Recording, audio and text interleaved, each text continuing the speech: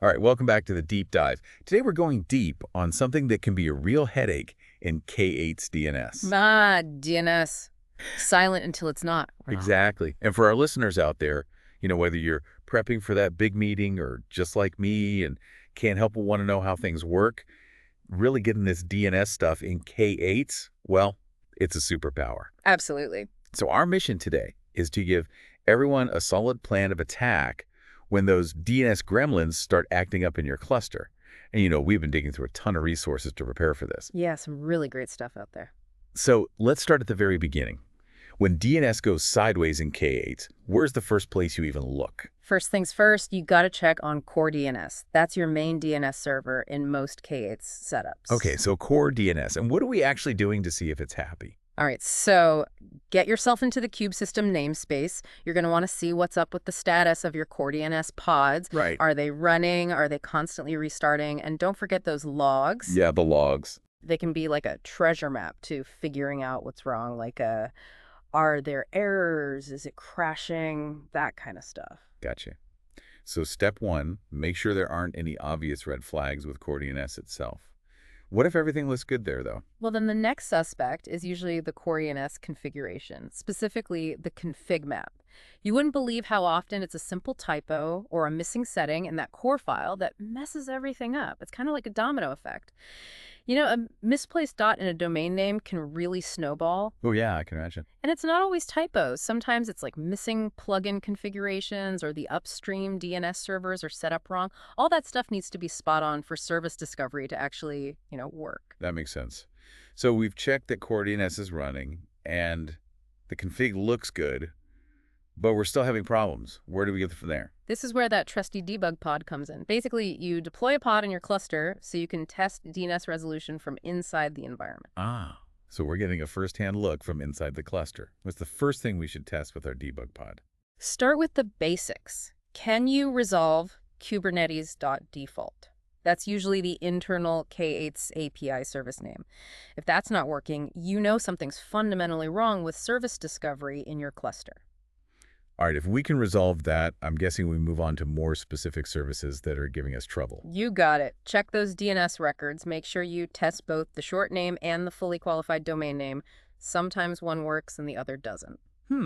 Interesting. Okay, let's talk about those really tricky cases. Hmm. What are some of the things that might be causing DNS problems that aren't so obvious? So one thing to look at is that DNS policy setting on your pods. Right. This controls how they deal with DNS requests. Like cluster first means the pod will always check with the cluster DNS, core DNS, before trying anything else. So making sure that's set correctly is important. For sure. Then there's network policies. People forget that these can apply to DNS traffic too. You might accidentally be blocking access to core DNS without realizing it. That makes sense. And let's not forget about resources. Core DNS can get overloaded if it doesn't have enough CPU or memory, especially in a busy cluster. Right, so it's kind of like a traffic jam for DNS requests. Exactly. It's also worth taking a look at the search domains and ndots settings. Those live in the podsresolve.conf file, and if they're wrong, they can cause a ton of extra lookups, making everything really slow. So we've got DNS policy, network policies, resources, search domains, and ndots, all to keep in mind. Anything else we should be looking at? Don't forget those core DNS metrics. High latency or errors popping up there. That's another sign something deeper might be going on. Really good point. Now, are there any tricks we can use to keep DNS running smoothly in K8s, proactively? Definitely. Node local DNS cache is your friend here. It basically caches DNS responses on each node, which speeds things up and makes it more resilient. So less work for CoreDNS overall. Yep. And if you're dealing with a flaky network, switching DNS from UDP to TCP can help too. It adds a little overhead, but it's more reliable when packets are getting lost. Nice. Okay, let's do a quick rundown of some common issues and what they usually mean. Sure. Timeout errors often point to CoreDNS being overloaded or some network policy blocking things. Next domain errors usually mean the service doesn't exist or you're looking in the wrong namespace.